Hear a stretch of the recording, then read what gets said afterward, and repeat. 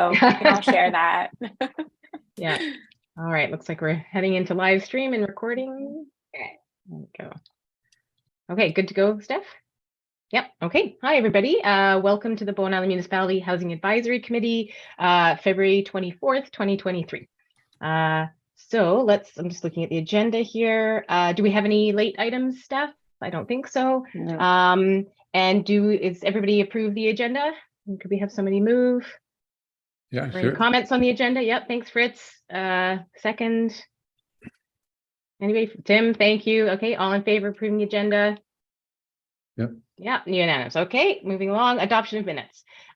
So we did have one comment on the minutes. Thank you, Allison, for catching that. So Steph, is it okay if we just work offline? I think it's basically almost what Allison said, but we can just tweak the language a little bit. Essentially, there was a line in there about the Housing Reserve Fund and CMHC. So we just want to make sure, to make it clear, we're not planning to give money from our Housing Reserve Fund to CMHC. It would be kind of working in collaboration with them. So we can just clear up that language. But thank you, Allison, for catching that. I missed it. But other than that, small correction. Everybody else okay with the minutes or any other comments? So I'll move the minutes be adopted as amended. Okay, thank you. Seconded. Everybody in favor? Aye. Excellent. Thank you so much. Okay, moving along. Public comments. Steph, I don't think we have anybody. No. Excellent. Moving along. Number 4, delegations. So this is the exciting thing today. So we have Emma Watson joining us from City Spaces Consulting. She is working with Birch on the island on their housing project on Miller Road, and she's graciously joining us today to give us a bit of a talk about affordable housing, its development, funding opportunities, and also a little bit about community land trusts and housing authorities, which is something we've been discussing a little bit on the housing committee. So we're glad to have an expert here to help explain it to us. So I will pass it along to Emma. Welcome. Thank you. Yeah, thanks so much for the welcome. I have a presentation put together, and just a quick note to a colleague of mine, Kendall Anderson from Community Land Trust, will also be joining. I think I lined her up for 15 minutes from now. So she'll be joining to speak directly to the Community Land Trust piece, so we can save our questions for her. But yeah, I'll just be sharing my presentation if that sounds okay with you, and then we can walk through it together. And if you do have any questions about like while I'm presenting, maybe just raise your hand on Zoom just so I can see it okay and not pass you by. Okay. So as Robin mentioned, I'm Emma from City Spaces Consulting. I'm a senior development manager. Have been fortunate enough to work with Robin and members of Birch on the Miller Road project and trying to advance it as much as possible over the past couple of years. So I have some familiarity with Bowen Island, and yeah, thanks for having me. So we'll go through a brief agenda today, talking about housing funding, financing opportunities, housing sector roles briefly, the differentiation between societies and authorities, and then Kendall will come in to speak to Community Land Trust. So starting off with the funding and financing opportunities, there's a lot on the go, lots of different programs. So the ones in bold here we'll go through in a bit more detail, but just starting off to frame it federally, most of the programs are delivered through Canada Mortgage and Housing Corporation, so CMHC. There's currently an active call out for the Rapid Housing Initiative Fund, but we have been back and forth with Birch on this too, but just due to the remoteness of Bowen and the very tight time frame to deliver rapid housing through modular housing through this program, it's not a great fit for the Miller Road project. We'll go through the National Co-Investment Fund through CMHC in a bit more detail as well.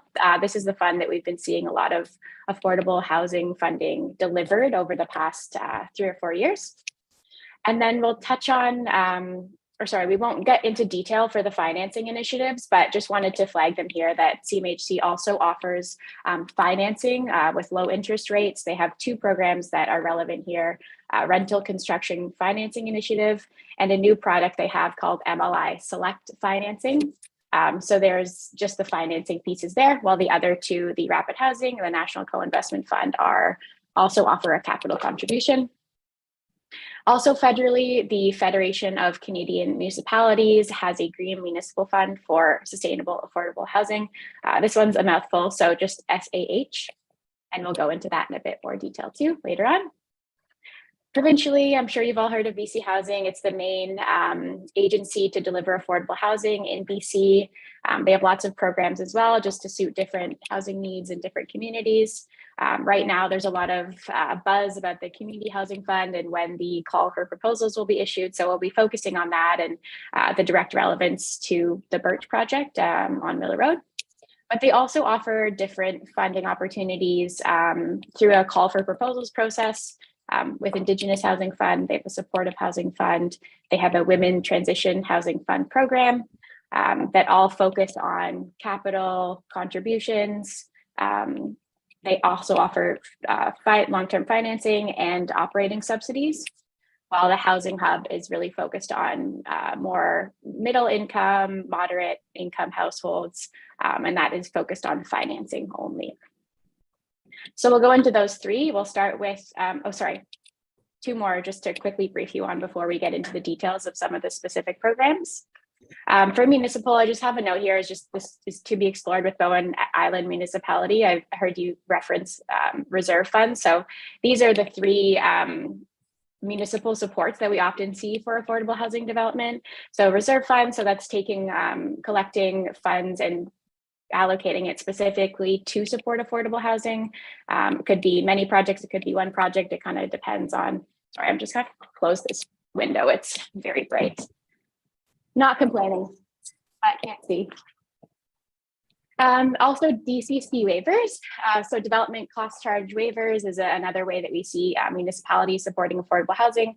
That's either offering a reduced or exempting DCCs to be paid for affordable housing projects, also tax exemption, so reducing or not requiring tax payment for property taxes.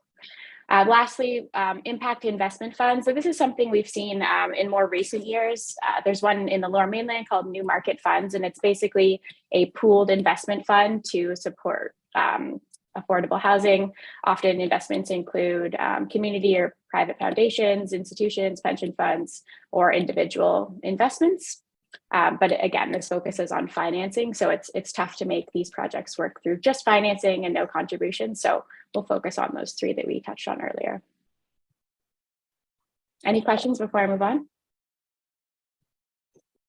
Nope, looks good. Okay. So we'll talk through the CMHC co-investment fund.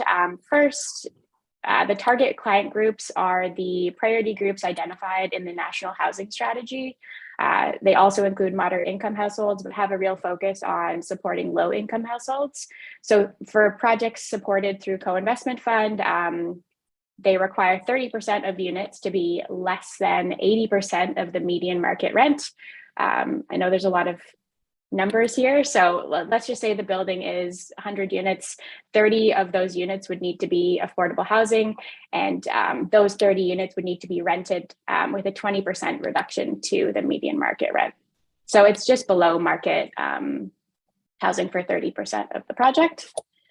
Type of support, this is a recent update that we've actually gotten from a lot of our team members at CMHC.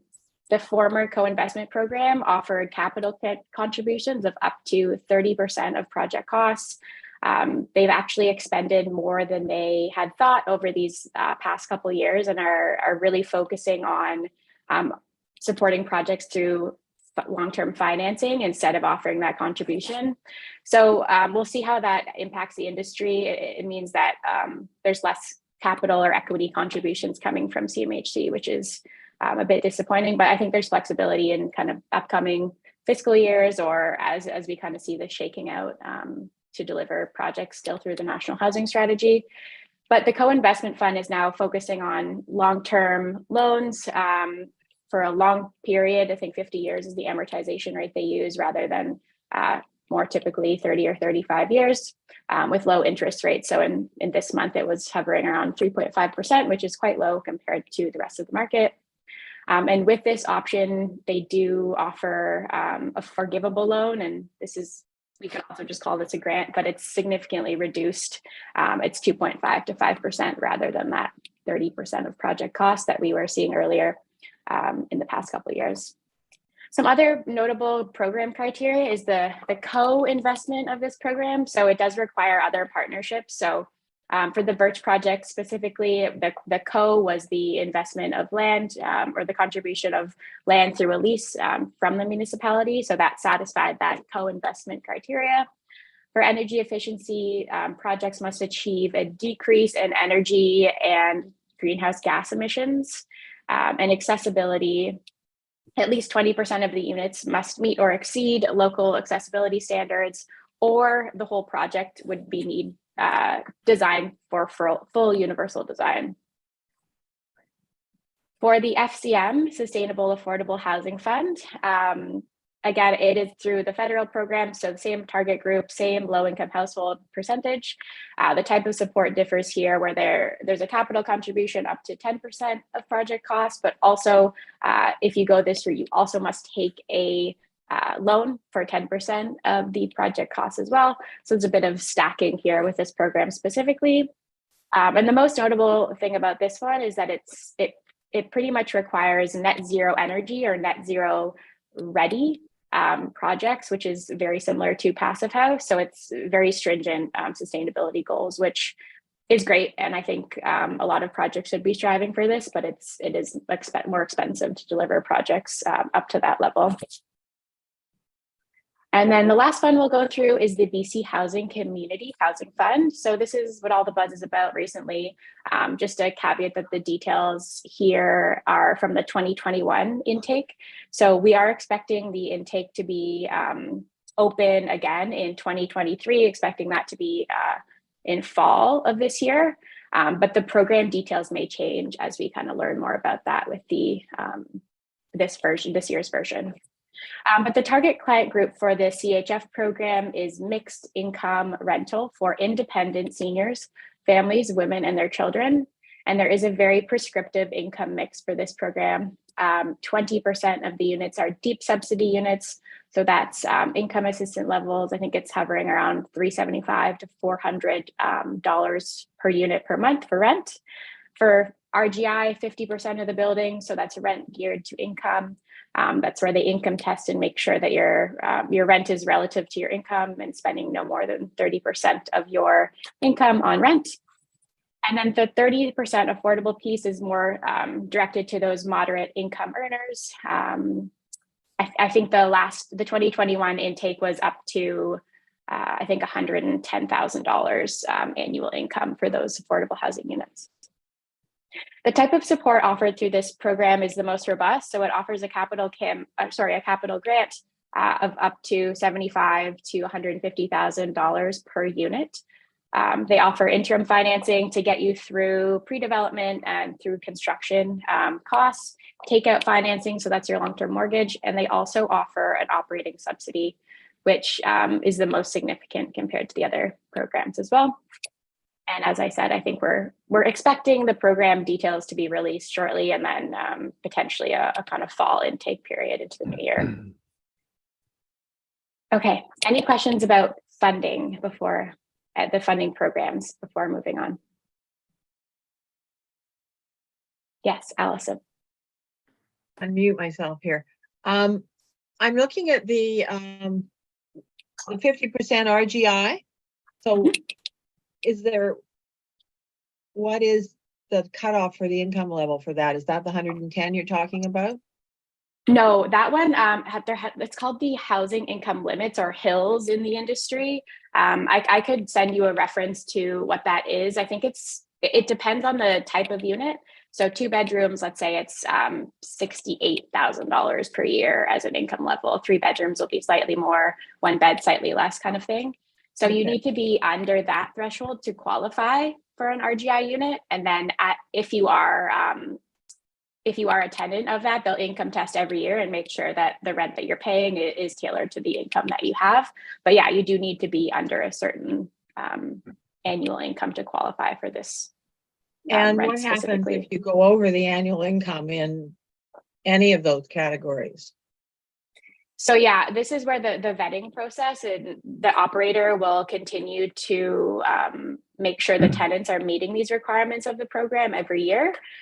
So yeah, it's an annual income test, and I'm sure that there would be some flexibility if someone kind of is making too much money to be able to do RGI, they could move into an affordable unit, but there would be some mix there of just making sure no one is really being displaced. Remember a comment a few years ago from somebody who said, well, I can't, you know, I can't work 5 days a week because that'll take my income over the threshold. Yeah. For my rent of my apartment. So they only worked 4 days a week. Mm-hmm. So, yeah, we've definitely heard of those experiences as well. Yeah. So you can get thrown out of these buildings if your income gets too high. Yeah, and I wouldn't maybe use the word thrown out, but it is a consideration for like that person's experience to just what they need to do to make sure they're within that threshold. And I think too, there's different waiting lists with these different income categories that BC Housing continues to carry, and the operator of this specific building would as well. I think the intention is to never displace anyone specifically. It's not the point of these programs. So I'm sure there'd be some flexibility to find alternative housing to meet those kind of needs for that specific household if that were to happen. Yeah. Okay. Thanks. No problem. Tim. Yes. Hi. So a couple of questions. It says independent seniors, families, women, and their children. Does that exclude just individuals or couples? No, couples, individuals, it is a real focus on, and they want you to be very clear in your proposal package that it is tailored specifically for seniors and families. Obviously, if you're offering 1-bedroom units, it is more tailored to individuals and couples. We see this in the deep subsidy units for sure.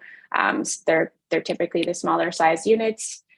So yes, individuals are still eligible, but the program's focus is on seniors, families, women, and their children. Okay, and is there a possibility for piggybacking this funding with other funding like CMHC and whatever, or yes. Is it, yes?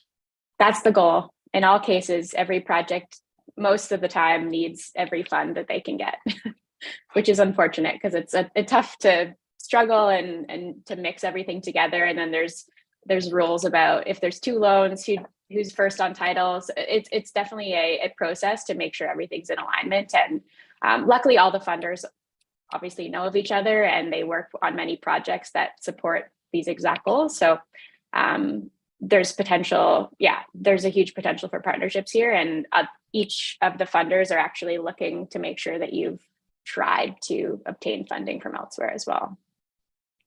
Great, thank you. No problem. Okay, and I see Kendall's joined, but we still have one section to go through, but we can do it really briefly before we get into the community land trust piece. So just wanted to briefly touch on housing sector roles. I think Robin wanted to just kind of frame this conversation a bit. So the development of affordable housing, as kind of Tim, you got into earlier, is delivered through multiple key players. So the federal government, the provincial government, local governments, the private sector, and nonprofit sector. Among the different levels of government, the federal government has historically played the most significant role from the 40s to the 90s.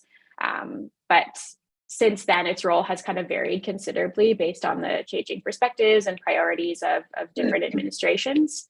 The former federal programs did, like the subsidized housing of the past, did really focus on supporting 100% of the capital and operating costs associated with social housing. But by the mid-90s, the change of administration, the federal government did take a step back from the direct provision, funding, and management of affordable housing and transferred most of this function to the provinces. So as a result of this, there's been a notable gap in construction of affordable housing in BC over the past couple of decades. But we're seeing a renewed interest, both provincially and federally, actively committing to delivering more affordable housing in recent years through the National Housing Strategy. I think that was 2016 that came about. So senior government funding in most cases, as you kind of alluded to, Tim, earlier, is predicated on partnerships with other governments, other funders, land contributions, significant equity contributions, and a lot of expectations across the sector just to support nonprofit housing development. More locally, due to these increased expectations, local governments have been looking into playing a more active role in supporting and enabling affordable housing.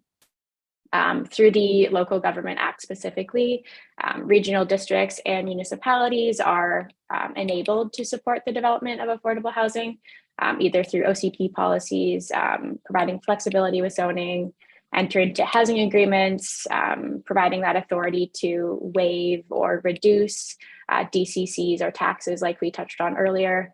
And then a more recent policy is just to collect data to monitor and evaluate the current and projected housing needs every 5 years.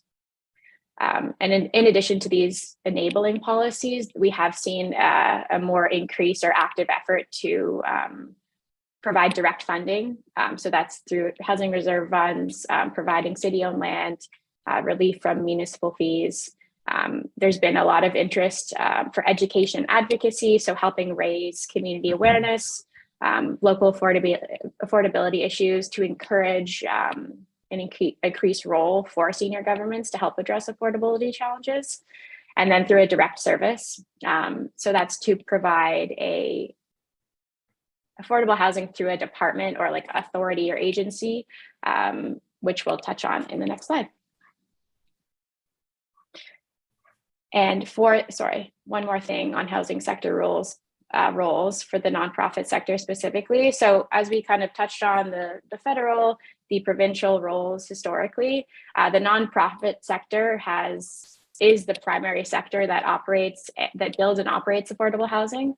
It's mainly comprised of community-based organizations that have been able to secure senior levels of funding and leverage their existing assets to provide greater reduced rent or affordable housing units.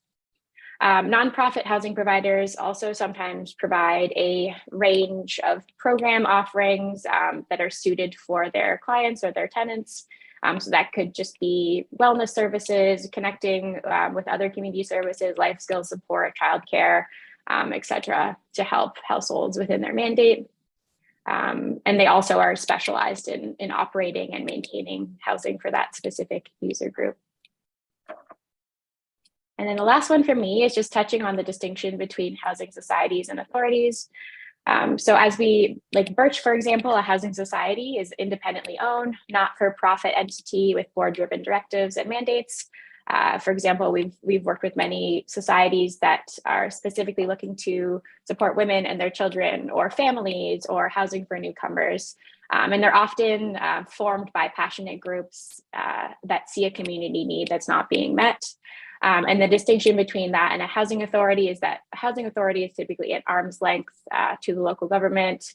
Some examples include Metro Vancouver Housing, Whistler Housing Authority, Greater Victoria Housing Society, that often have specific staff and the capacity to build and operate a portfolio of housing projects to support that goals and policies of the municipality that they work within.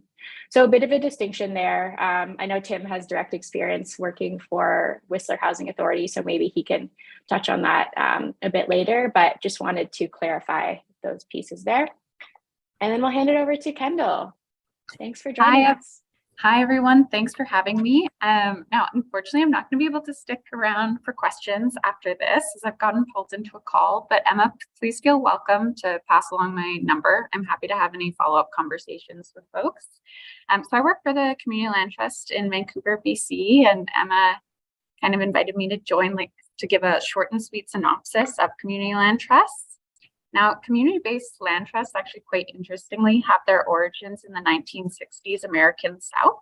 And their kind of origin stories in the Black civil rights movement, where African-American farmers looking to gain greater political and economic agency saw that land was sort of the basis of that type of power. So sought to basically have community control of the land and then lease it back out to farmers so that they could be kind of more empowered.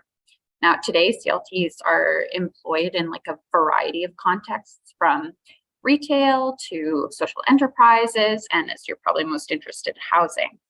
And sort of what the work orients on really depends on the kind of community priority and need, but the common thread really is that community control of land and leasing it back to community groups. And then, so I work for the CLT in Vancouver. We basically kind of have a model where we control the land and then lease it out to co-ops to kind of keep the preservation and renewal of co-ops here in BC.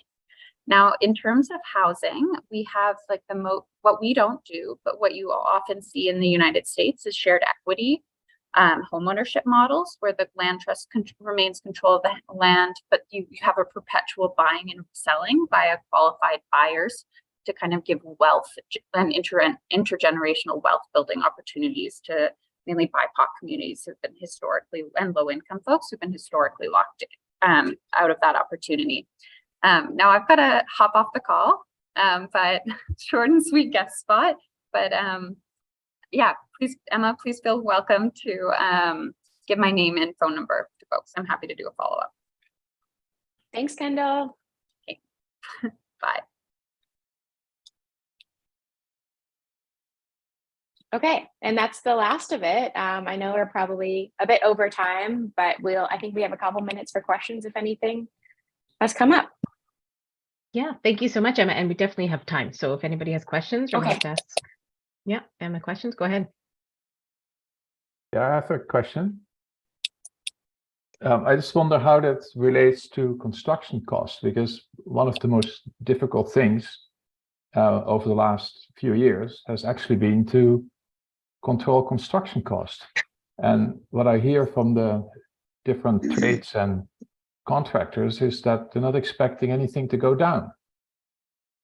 So how does that work? Yeah. Because like if there's a number there that is a contribution, that contribution may not be enough within a few months.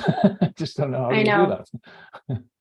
Yeah, so it's actively working with the funders. And so how the BC Housing Community Housing Fund call specifically works is that you work really hard, submit a great proposal, and then it's all evaluated at one time. And I think they take around 4 to 6 months to review all the proposals across the province. We actually did that with the Birch project in 2021. So there's an evaluation period, and then they pick a list of projects that they're going to support. They offer a definite, like an A letter, we call it, or a B letter. We'll consider this if we have enough funds down the line.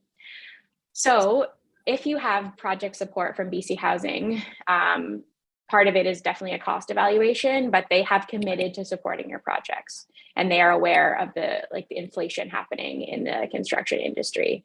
So same with CMHC, right? Like they're very familiar with this as well. They have their foot in the door.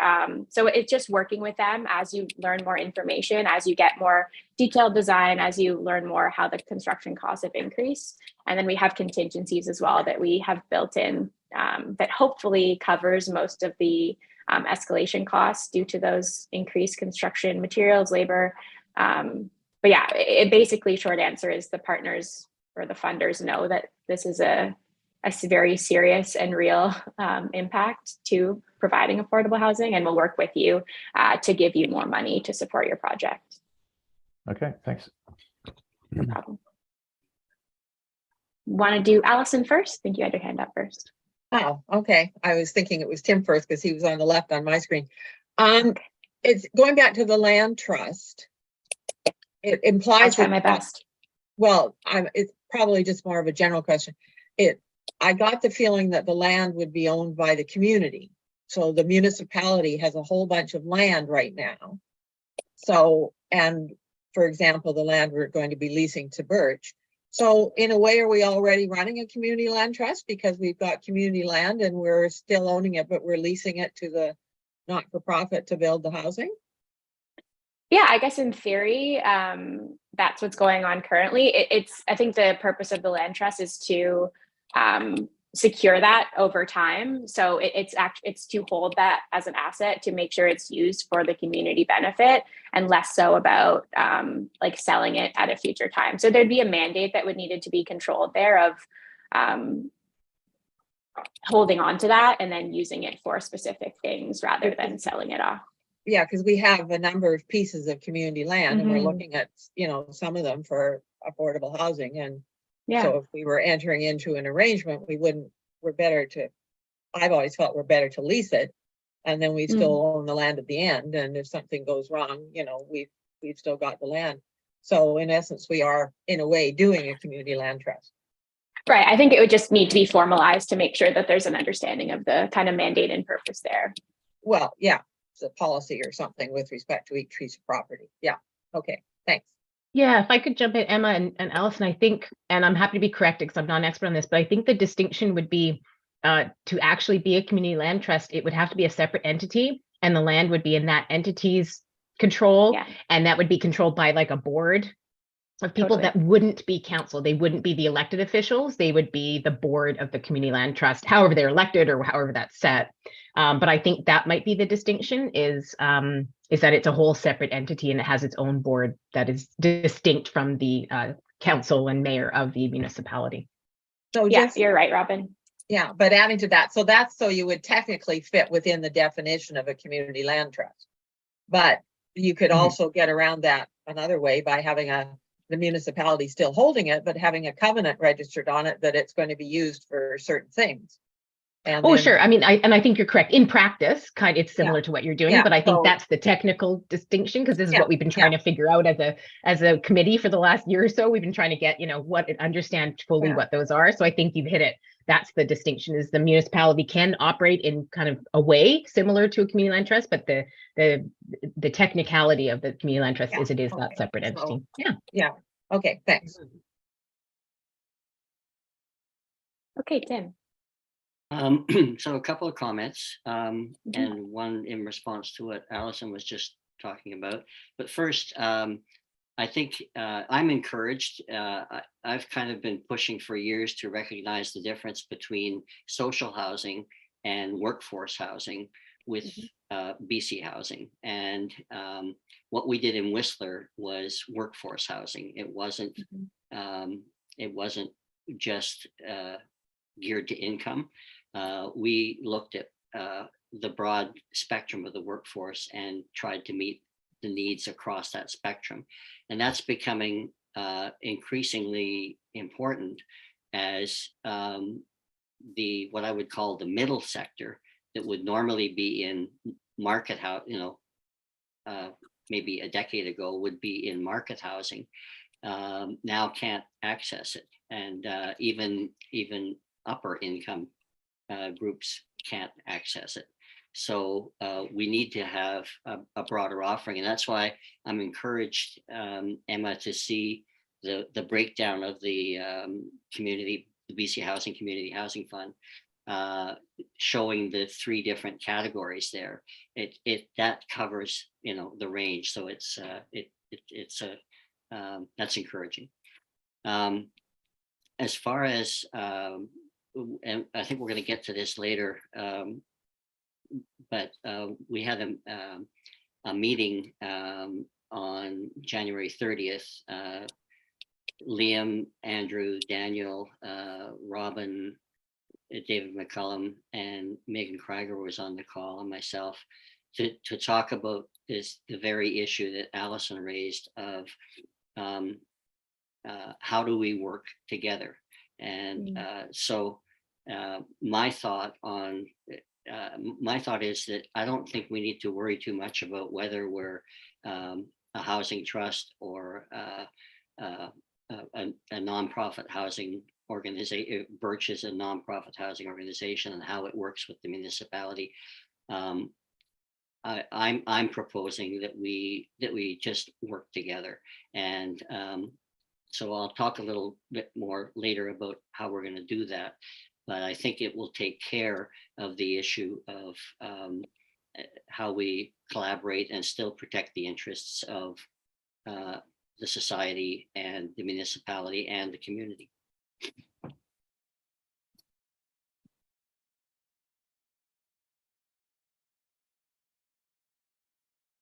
Thanks, Tim. Okay. Yep, sorry, I'm here.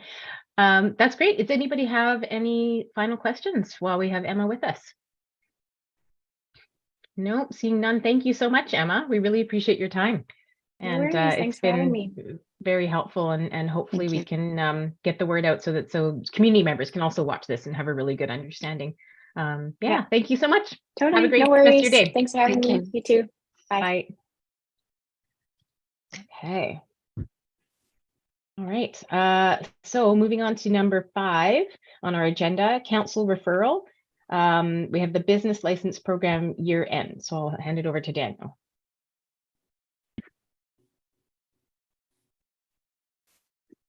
Thanks, Robin.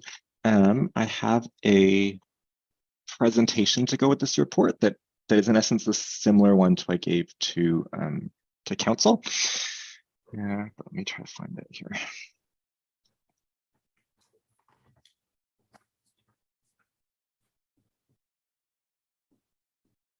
Okay, so this is in essence, this is a report I brought to council looking at business licensing and in terms of licenses issued in 2022.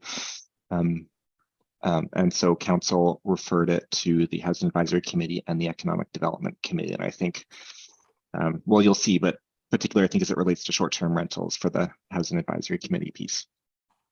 All right, so in 2022, this is the big picture look. We issued 676 business licenses, and so that's up from 504 in 2021. So quite a large increase. And if you look at the categories, we essentially saw a large increase in bed and breakfast and RGA licenses. So if in 2021 there were 40 total, in 2022 there were 120 total. And also fairly large increase in the contractor and the non-resident business categories as well. And so for the bed and breakfast and RGA one, part of that I think was we've been using a company called Hamari that monitors short-term rental listings. And so working with them and largely working with them and their identification, we've been much more successful at identifying listings as they appear.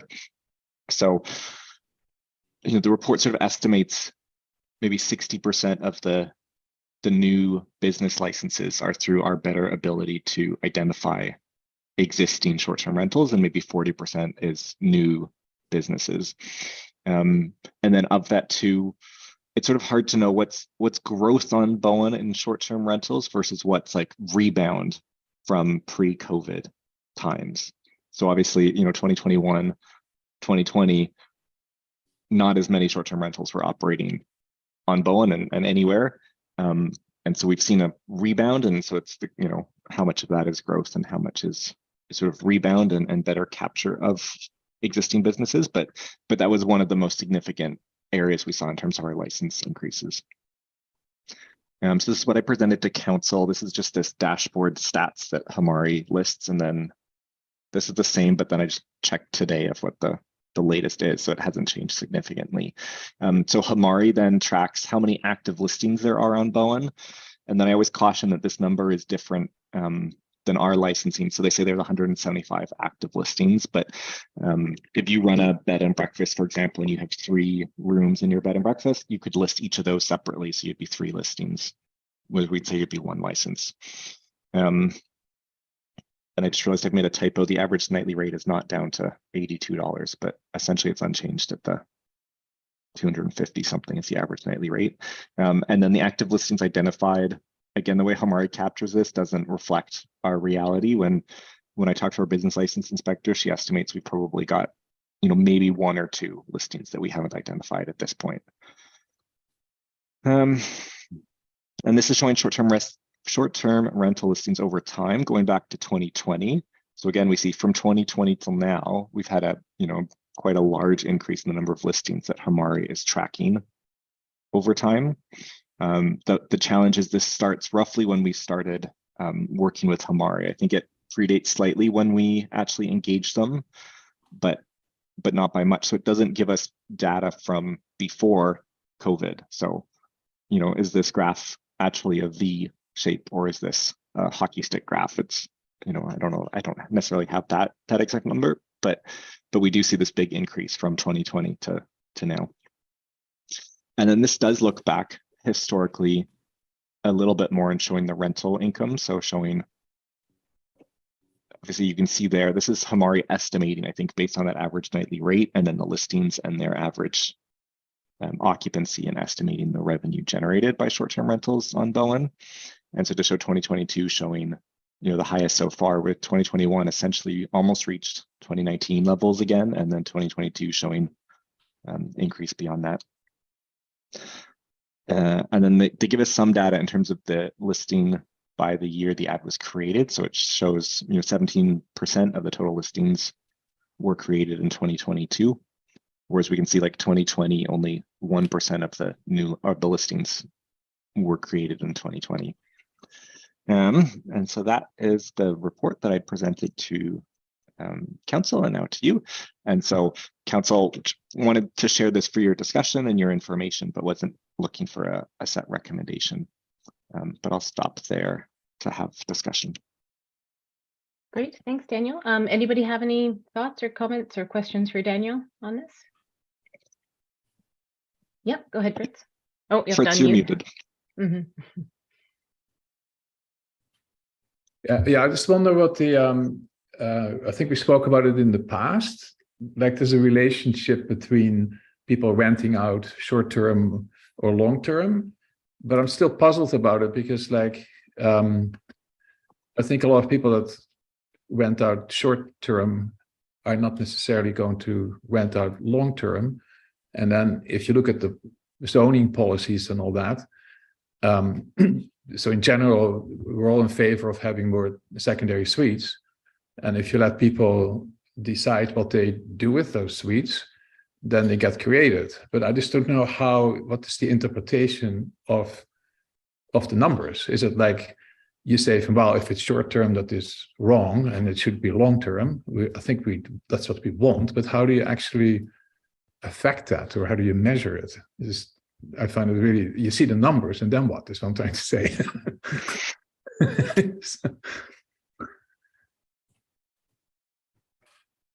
So Danielle, and then what?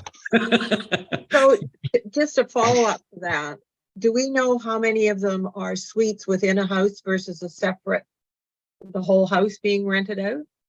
Well, it's that rent already. If we say if you put a suite in, but you don't have to rent it, but it has to be rent already. No, Fritz, that's not, I'm talking about the stat, like the number of short-term rentals. Do we know how many are a suite within the house versus a detached, the whole house itself, or a detached building? Gotcha. I mean, I can show you. So what Hamari tracks, I don't think isn't quite right. Like you can see here, this is just their dashboard. So it shows, 95% are entire home versus 5% are private room.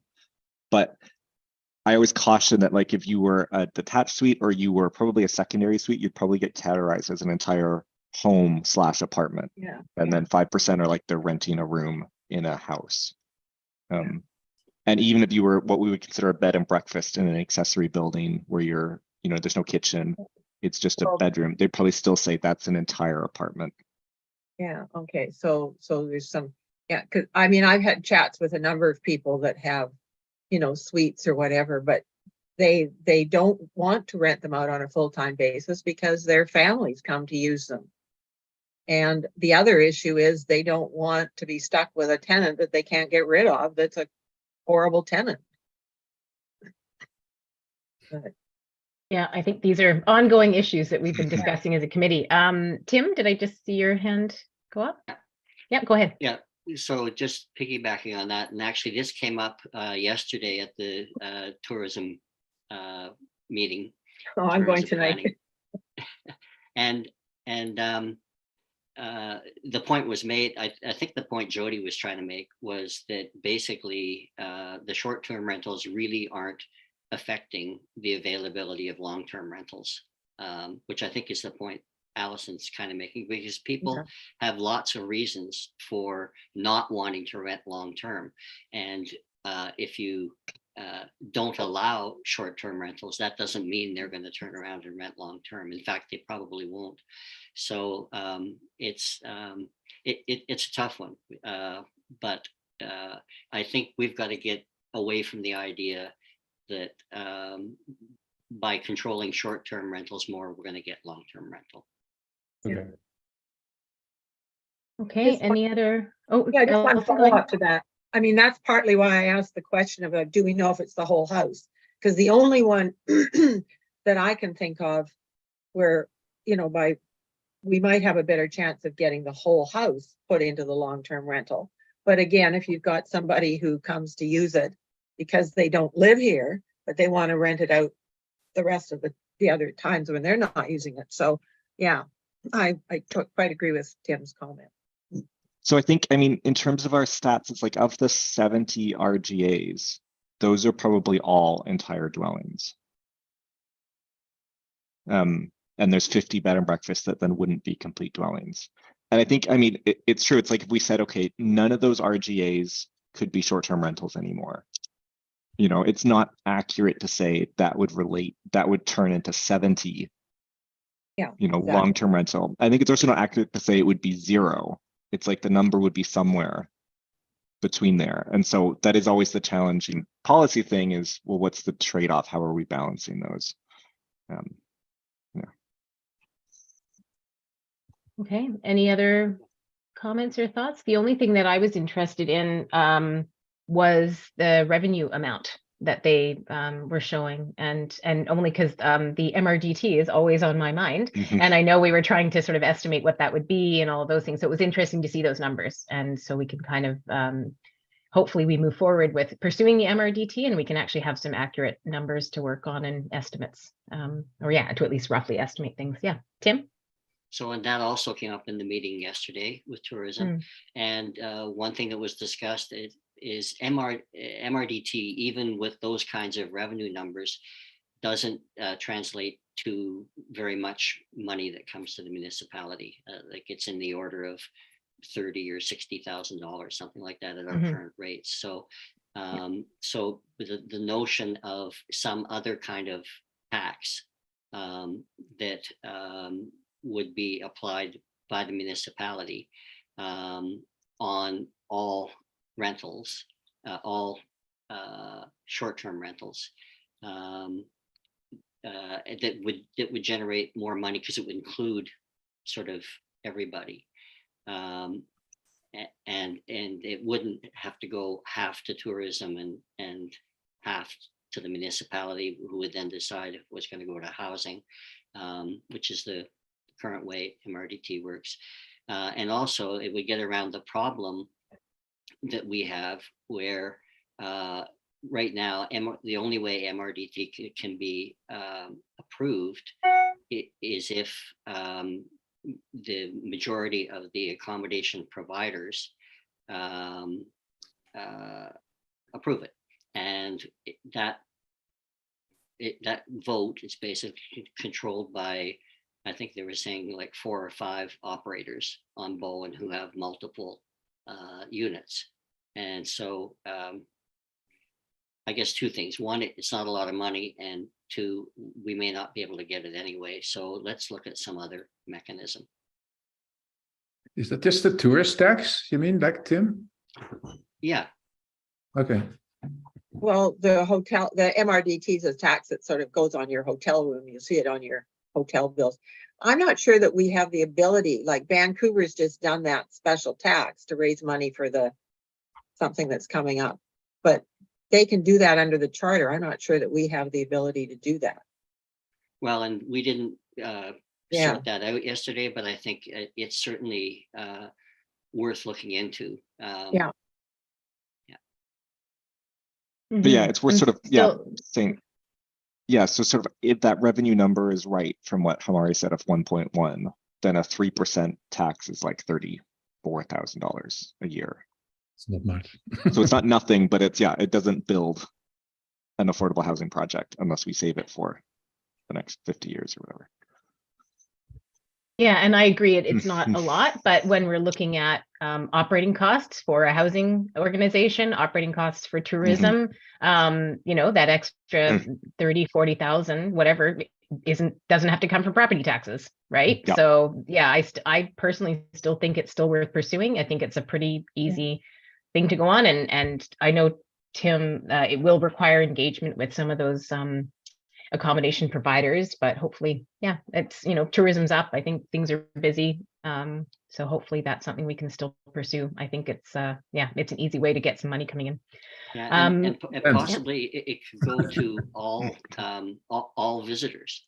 You know, the one example that was given is, you know, if we could charge $2 a visit,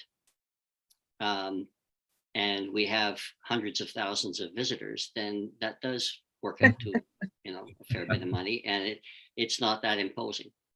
Ron had his hand up. Yeah, Ron? Yes, Daniel, I wanted to ask whether you or council has considered not the short-term rental properties, but rather the many houses on Bowen, mine for instance, that are empty most of the year, and whether any carrots or sticks could be devised to make those available perhaps for seasonal rentals.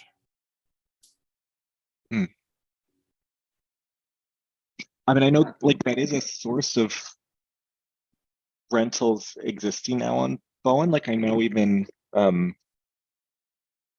like Tim in the session we were at yesterday on Tourism Bowen, some of the like employees on Bowen said that they would find, you know, some of their staff would find housing essentially that way. They would find housing that's from October to April or something, you know, they would have a fixed lease term and then the person would, then they'd be looking for housing at that point, which has its challenges too if you're seasonal staff and then you're trying to find housing for the summer, which is like the hardest place to find. I agree. You know, I don't know in terms of incentives, it's like if the incentive of however much rental income over those months, like isn't enough, I'm not sure what would be the incentive. Well, the stick potentially would be like an empty homes tax. Yeah. I really don't think we want to go there. But it's not an empty home if you're living in it. But yeah, it's an interesting question, Ron. Yeah. It's that's another source of, you know, I think it's come up before, like additional housing can come from housing stock that is already built and is being underutilized, right? As opposed to constantly thinking about having to build. So it's an interesting question and thought. The only incentive that I can imagine, I don't know if this would work, is if the municipality could somehow be served both as a rental agent and also could somehow indemnify, is that the word, the property owners, because renting a house when you're not there, when you're to watch it is kind of risky. But I wonder if there was some sort of arrangement where there were a pool of renters and some fraction of the rent they collected could go into could in effect insure against catastrophic damage created by bad tenants.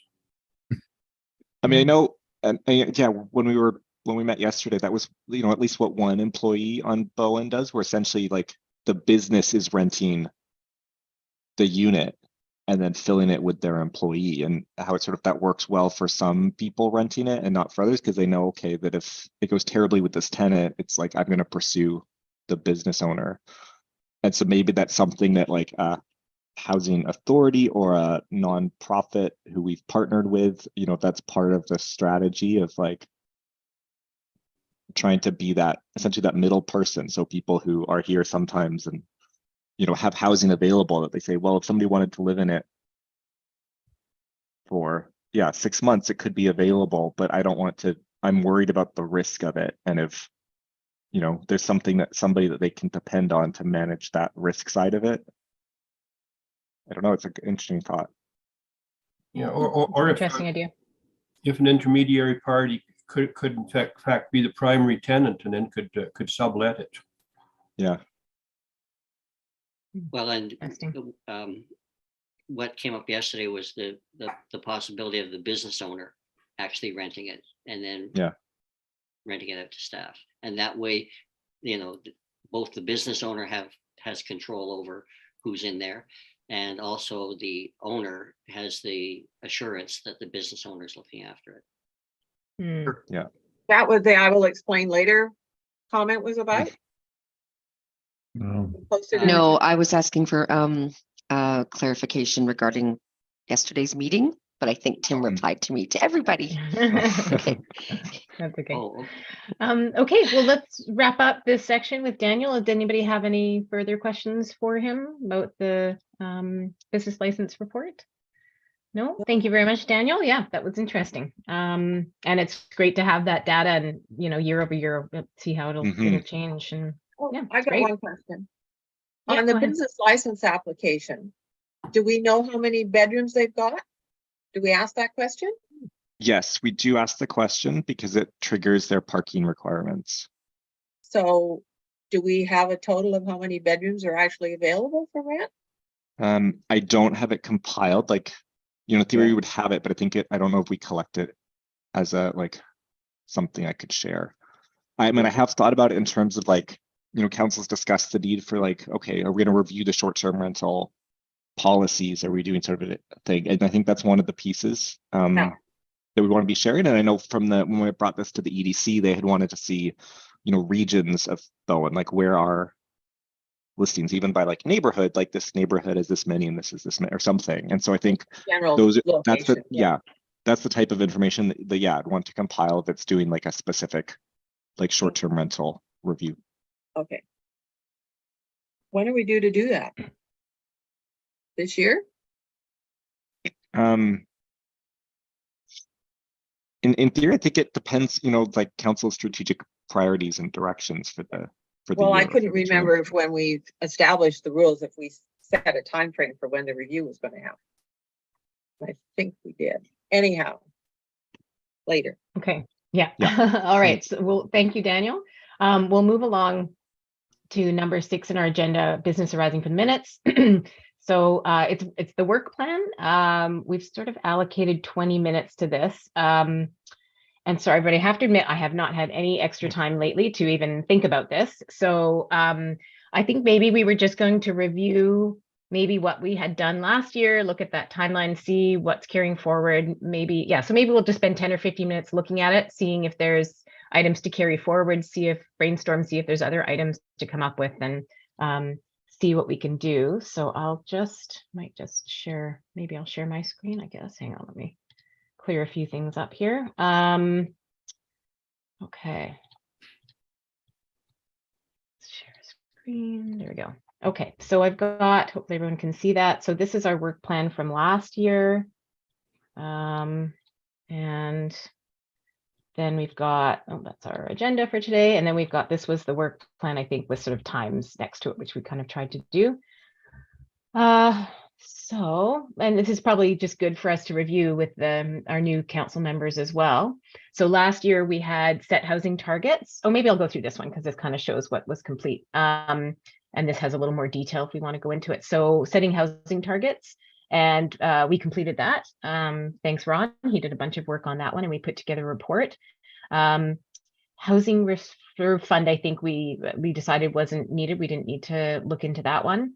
Housing target reports, I think, was done there. Oh, we had secondary suites and the cluster and duplex zoning. So I think we made recommendations. I think that was last year on the secondary suite bylaw update, which was great. And I think that was well received by council. And then we did the cluster and duplex zoning report, which I still would make sure we follow up at some point this year. I know probably in the next couple months, there's a lot on council's plate, but maybe later in the year, we can have a committee of the whole, because I think that was kind of the intention, to discuss that report. Because it's definitely something I'd like to see move forward and be adopted. And I think, land use bylaw changes. So that's something I know Fritz has been passionate about, and all of those things. So we have lots of ideas, and I think we haven't been able to kind of bring it together into a report or anything that we can kind of deliver. So that probably would be a carry forward for this year. And we did some sessions, I think not open sessions, but we did have speakers come in. And so we spoke with a bunch of several different developers and had them give talks and ask them questions and everything, which I think was really great. That was good and helpful and insightful. Number 6, we actually ticked off the list today, which was to try to find somebody to come and speak to us about community land trust. So we got that. And hopefully that sort of answered most of our questions. And then number 9, policy development. Oh, okay. I think this was about and this is something that will likely carry through to this year, was about, because we have an affordable housing policy for Bowen Island, but we don't have a housing policy for Bowen Island. So I think that was the idea of like, how do we move that along? And is there anything our subcommittee can kind of do? You know, maybe we could do a bit of research, you know, out to other communities, what their housing policies are and those kinds of things, and bring that to council just to be kind of helpful to move that thing along. So yeah, we can talk about maybe what we as a committee can do to help that policy development. And then what we have, attached and multifamily. Okay, so we can talk about that one, number 7, and then proactive rezoning. So these are the ones we definitely didn't get to. And then the government funding opportunities, which I brought in an expert to talk to us about, so we can tick that one off for today. So Emma came in and spoke to us. And then I think I've already given an update, but Tim and I might give a little bit of a further update a little later in the meeting about Birch and the municipality, where we're up to on that. Okay, so if I go back to, I think the land use bylaw is something we can carry forward. And the policy development, housing policy, that's something we can definitely carry forward. And I'll look at number 7. I can't remember what the details on that one were. So encourage attached and multifamily housing forms, identify challenges and opportunities for larger attached housing forms in different neighborhoods, potentially review replies from the request. Oh, that was that request for expression of interest that went out a while back for lot 1, area 2. Yeah, I can't remember the details of this one. I'd have to go back to some notes. But yeah, maybe it is something, I think it's coming back to me now. I think the idea is, how can we support basically development of everything except single family homes? Like, how do we help support that on Bowen Island? How do we move that forward? And so I think that it's a pretty big question. So yeah, maybe that is something we can carry forward. And then proactive rezoning. I mean, I think that's also something that's interesting. That the idea being, you know, for example, in the last term or the term before, I can't remember which council proactively rezoned that lot of community land where the new rental building has been built on at the main corners there. So they proactively rezoned that and then sold it off. Is there also other opportunities of community land or other land that could be proactively rezoned to help facilitate housing that we want? So, you know, for example, maybe there's a site somewhere that's zoned for single family and it's proactively rezoned to multifamily. And then that would make it more attractive and easier for a developer to come along, purchase that land and build that housing. Because one of the big barriers I think we've identified is the rezoning process. It's just, you know, it's high risk, it's long, it's expensive. So doing some form of proactive rezoning could be one mechanism to incentivize or help create diverse housing forms that we're sort of lacking on the island. Okay, so I guess that's kind of, we've got a few things we can carry forward. Steph, I don't know if you've been capturing anything we've been saying in terms of what carrying forward. Oh, great, because I'm not making notes. So it sounds like, yeah, so housing targets are done, secondary suites are done, housing reserve, I think we didn't have to do anything. Cluster duplex zoning, let's follow up, but we've issued our report. So let's carry forward. Yeah, the changes to land use bylaw. We've answered this sort of modes of land tenure, I think generally. The encouraging attached to multifamily housing, I think that could be carried forward. Proactive rezoning carried forward. And then the housing policy, somehow moving that forward. And we can discuss whether we want to do a speaker series or anything else. Yeah, and then we can brainstorm if there's other things on people's radar. I feel like that probably is enough to keep us going, at least certainly for a little while. But if there's other things that people think should be in mix, Allison, go ahead. Well, I'm just thinking out loud here. We've got the Cummings rezoning coming forward on Monday, and Daniel's the housing policy and how to calculate the cash in lieu. And so I started doing a little looking at other communities housing. So I don't know whether that's a housing reserve fund issue. You know, the cash in lieu goes into the housing reserve fund. So does the housing reserve fund need to be updated to show how, you know, the contribution would come in from, you know, 2 small projects? So I'm not sure that we want to totally take off the housing reserve fund. You know, the fund's been established, but I think the question is how to fund it and get money into it. Mhm. And, Yeah, which and, is and there was some interesting things, you know, when I started looking through other communities. So in a way, I think it's maybe still sort of, the question is more, how do we fund the Housing Reserve Fund? okay. Yeah, I mean, if Yeah. we think that's something to continue to pursue, I'm happy to leave it on there and carry it forward to this year. Yeah. And I wonder, so in saying that, and Daniel, maybe you don't need assistance, but is there anything? I know there's going to have to be a calculation of some kind created for this cash in lieu for this one particular rezoning, but I wonder if, and you tell us if there's a way that this committee could support, just maybe with some background research on, like, maybe is there a policy that's set, or does it have to be on a case-by-case basis for this cash in lieu calculation? Because I know we as a committee, I think even in our last couple of meetings discussed, is it based on construction costs? Is it based on this or that? Or yeah, so where, Daniel, is there anything that you think this committee could support? So one answer, yes. In terms of the process for that specific rezoning, like it's scheduled to go to council on Monday, the 27th. And part of what I'm looking for at that meeting is council direction in terms of looking for a cash in lieu contribution. And so if I get that sort of direction from council to say, yes, that's what we are looking at doing, then it would be coming up with a formula. And I think the Housing Advisory Committee, and I'll be recommending referral to the Housing Advisory Committee. So then I would imagine that, you know, I don't know, our next meeting, probably like a March meeting, that would be part of the discussion. Yeah. Okay. So I would be trying to bring some background to the committee on that, but any, you know, proactive things the committee or thoughts the committee have either to bring to that meeting or share with me in advance in terms of,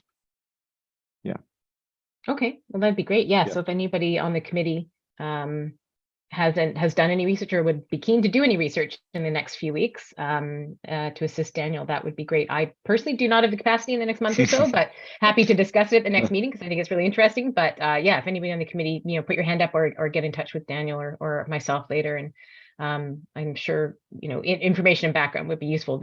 I'd be really interested to learn how other communities calculate these things and yeah, what that looks like.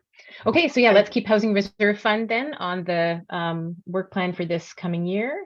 Any other thoughts or ideas as to what we should? Yeah, Fritz. Yeah, you know, I should probably, when the OCP is always a big issue, right? So instead of saying, well, okay, you know, we recommend that there's a whole OCP review, which I believe actually should happen, but it can also be just making aware or making council aware of where the OCP doesn't enable rezoning, because like, you can, if you want to do a rezoning, the first thing that Daniel will do is see where it is supported in the OCP.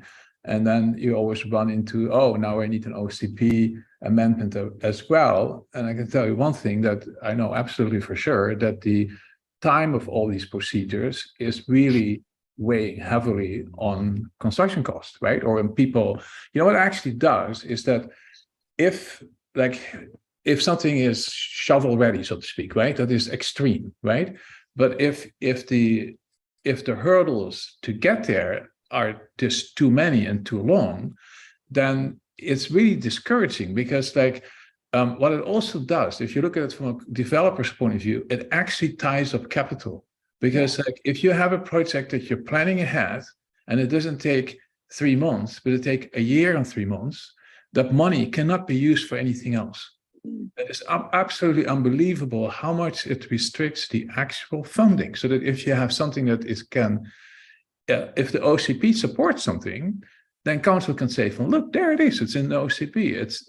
So the OCP is enabling what rezoning can do, right? And if you look at the OCP, it's so inconsistent what's in it. It's always one thing encourages, and then something else that almost wants to kill it.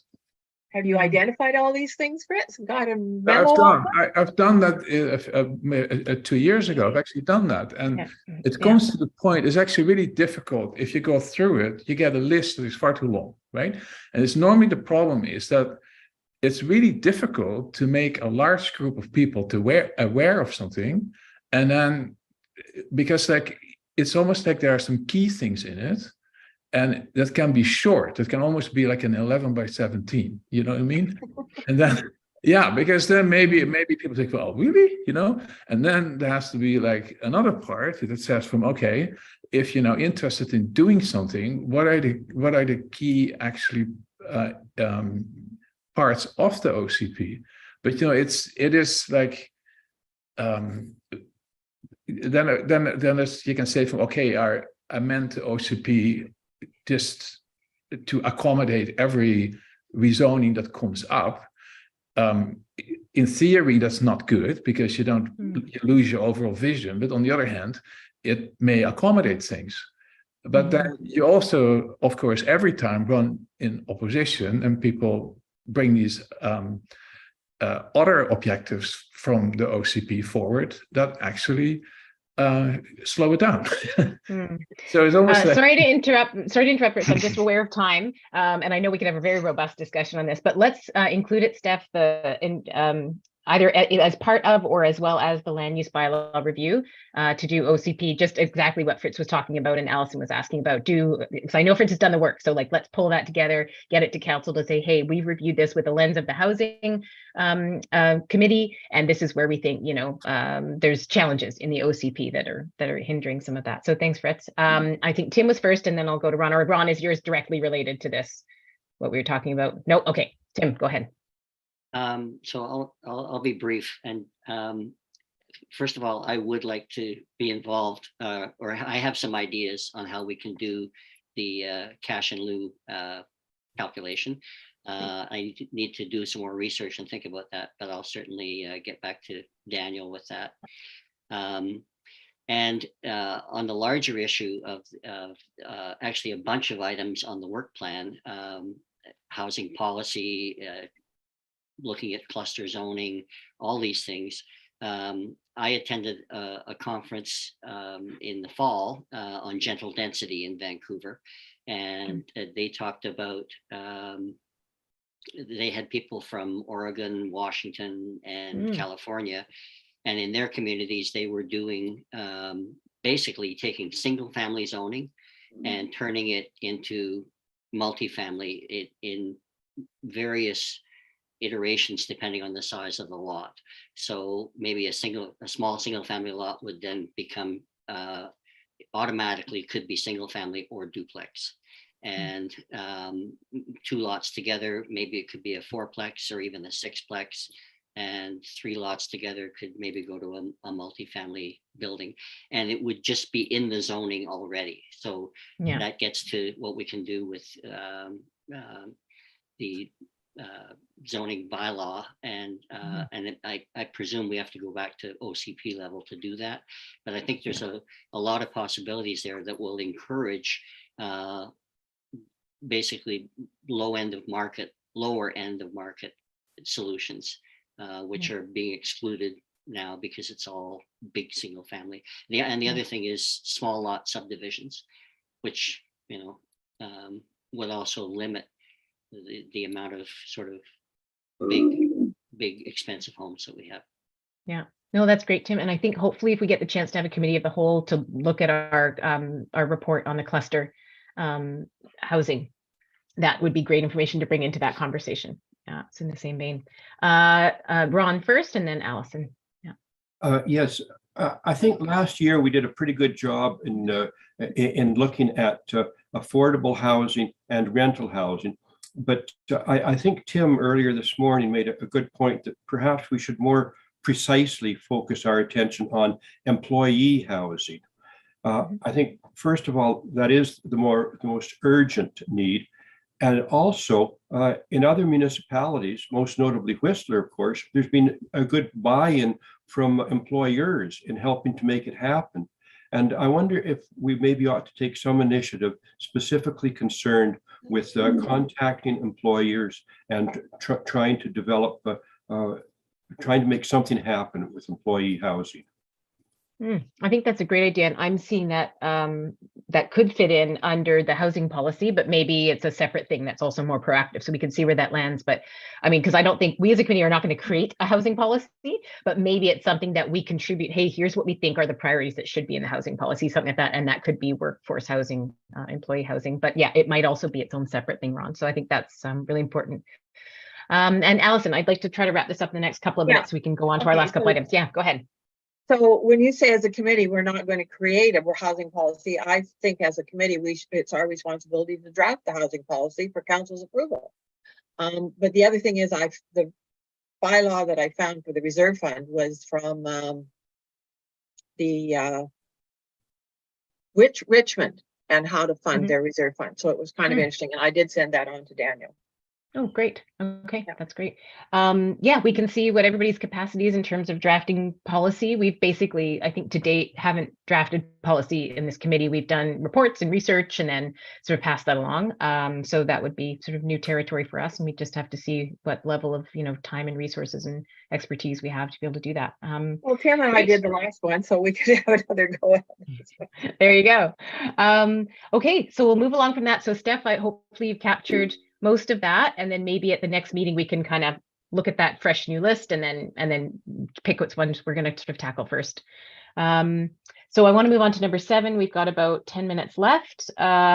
So we have 7.1 is council and committee updates, and then we have staff updates. So we'll go first council and committee updates. So Councillors Morris and Wake, do you have any updates? I know, Tim, you do have one. Allison, have you got any updates? Well, my only update was going to be that Daniel's report was going to council today, and I think he's already mentioned that about it and had the policy for cash and lieu question. Okay, in there. great. Yeah. Great. Okay. And then Tim, I know you've got an update. So my update is about the January 30th meeting, which is the one Steph was asking about. I think you were asking about that, not the meeting yesterday. And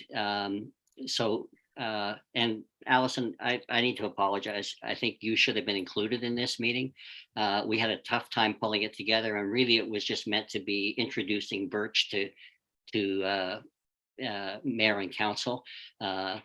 Anyway, I'm going to now give you the rundown from that, but it will be coming to council because nothing can really happen until council directs it. So at the meeting was, as I mentioned, Liam, Andrew, and Daniel, and then Robin and David are from Birch, and Megan Krieger is the lookout representative, and there's a partnership there, and that's all relevant to what we were talking about, or part of what we were talking about.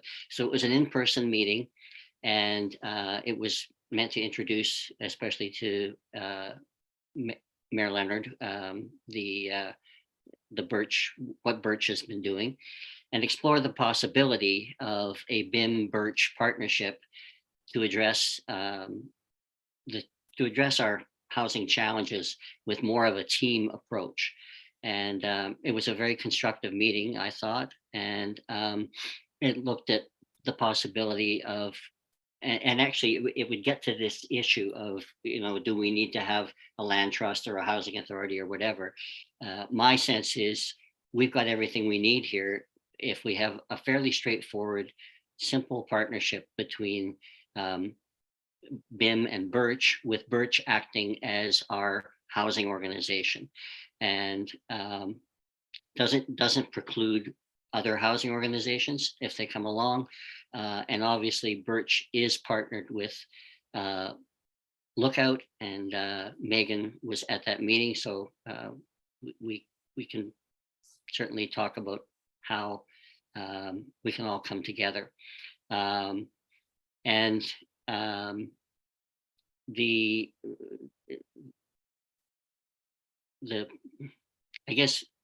think Robin will speak to the possibilities for, she's going to explore the possibilities of what that partnership might look like. But the other thing we were exploring, that I was asking about, frankly, and it gets back to some of Allison's comments on leasing, is I believe that we should be transferring the land from the municipality to Birch, because I think that enables the whole funding and financing part of their work. And it's not absolutely necessary for them to have that, but it will definitely be beneficial. And in terms of what that looks like, it doesn't have to be a complicated deal. It could basically be a letter agreement where we just transfer it. And the one important thing to have there would be a reverter clause, which basically said that at any point, if something went wrong, at any point at the municipality's discretion, it would revert back to municipal ownership if there was a problem. And that would sort of protect us in terms of things going sideways with community land. So I think where we're at is council and staff need to review the policy of a transfer and what that would look like. And maybe Robin, you can comment on next steps in drafting some kind of simple agreement in principle between BIM and Birch from the work. Yeah, thanks, Tim. Yeah, it was an excellent meeting. And I think the next steps will be, I think it was going to be the mayor was going to introduce to council these two ideas of the land transfer and a stronger, more specific partnership between Birch and the municipality and what that might look like. And so I think we were going to wait for that to kind of get the high level yes from council and everybody there to say, yes, let's pursue this. And then once we kind of have that high level go ahead, then we were going to start drafting what would be hopefully a fairly simple memorandum of understanding for what Birch, I mean, essentially, and I might not be using the right language here, so don't hold me to this, but essentially what housing related services could Birch provide to the municipality. So I sort of liken it to what Tourism Bowen Island does for the municipality. So they, perform a certain function. They get some, amount of funding each year to perform those functions for the municipality. So we're looking to see what Birch, if that model would work similarly for Birch, what could we provide in terms of services to the municipality and, things like managing wait lists for affordable housing, helping with managing, we have some units created under the affordable housing policy. How do we manage if those get sold or transferred or anything like that? That's something maybe Birch could take on. So yeah, those kinds of, and just assisting the planning department when it comes to the affordable housing policy and working with developers and all of those kinds of things. So we're just looking at what are those things that we could possibly help with. And I think it would just be a bit of discussion back and forth, what would be suitable. But that's sort of the direction we're heading in, and very much trying to see it as a partnership that, we wouldn't quite be, I guess, what you would consider a corporate housing corporation, but we would kind of act as that function, much like you were saying, Allison. It's not a community land trust, but we're acting in that principle. It's we wouldn't be a housing corporation, but that's how we'd be acting, like really in partnership with the municipality. And we're the nonprofit housing provider or society moving some things along, and then the municipalities doing their function. So yeah, so that's how we're moving forward. So hopefully Tim, Allison, and Mayor can bring that forward to council and kind of get a high level yes to kind of proceed with that, and we can start working on an MOU. I'm just conscious of time. Is everybody okay to go a few more minutes, because we're only supposed to go to 11? Is everybody all right to go an extra sort of 5 minutes or so? 11:30. Oh, there you go. So even better. We've got lots of time then. But it does say 11. Okay. Yeah, the agenda says 11, but I think our calendar thing said 11:30. So if everyone's okay, no objections, we're okay to keep going a little bit. Allison, go ahead.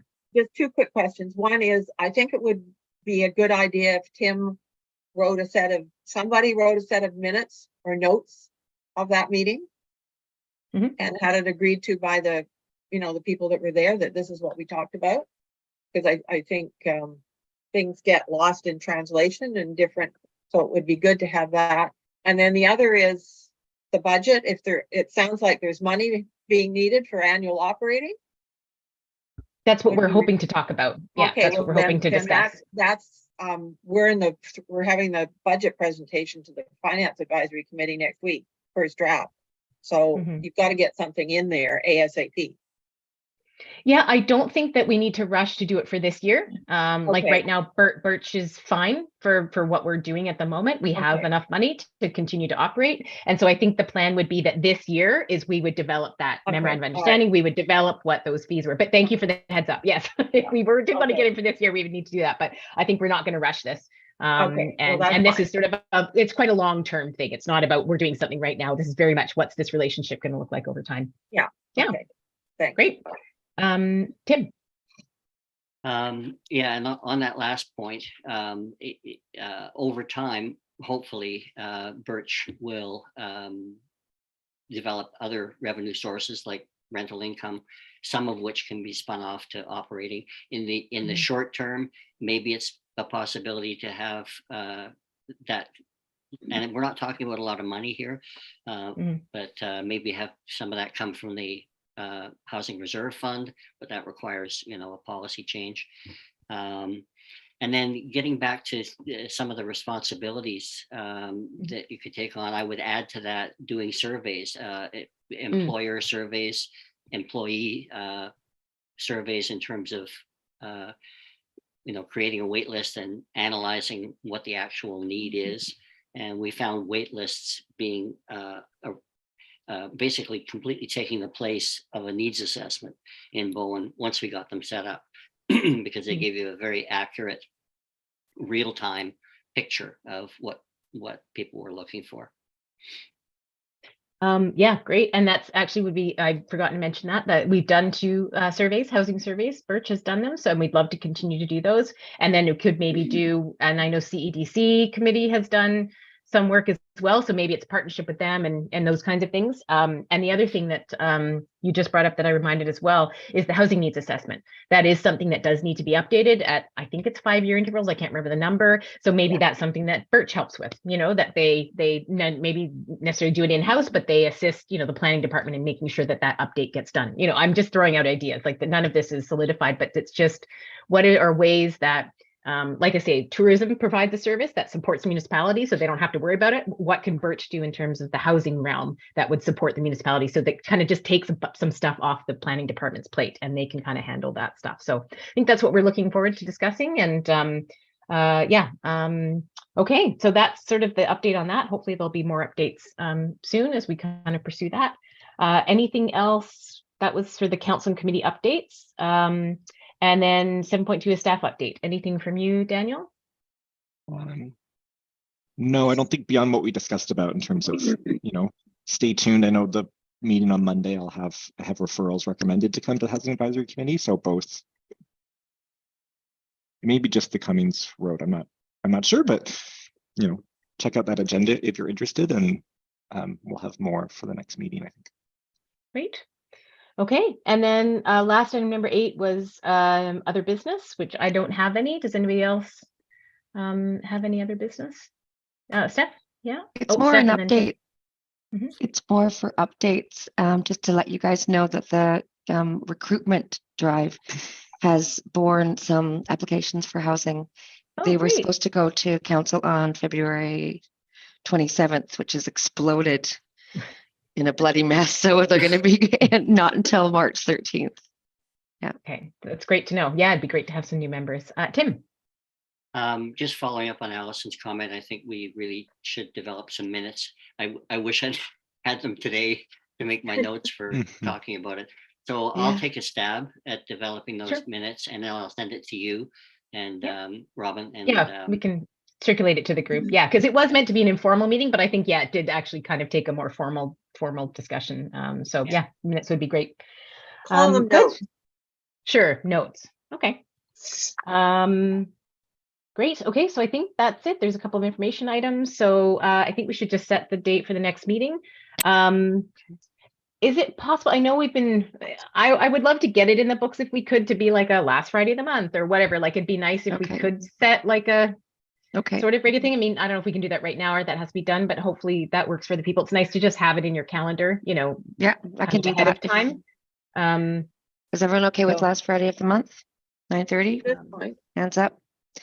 Actually, that I might change with new members. Yeah. Okay, well, why don't we tentatively put that, and then it can be finalized at next meeting if we have new members and stuff like that. So for now, it's the 31st of March. Okay, great. Okay, great meeting. Excellent. Yeah, thanks everybody. Really good discussion. And time 9:30.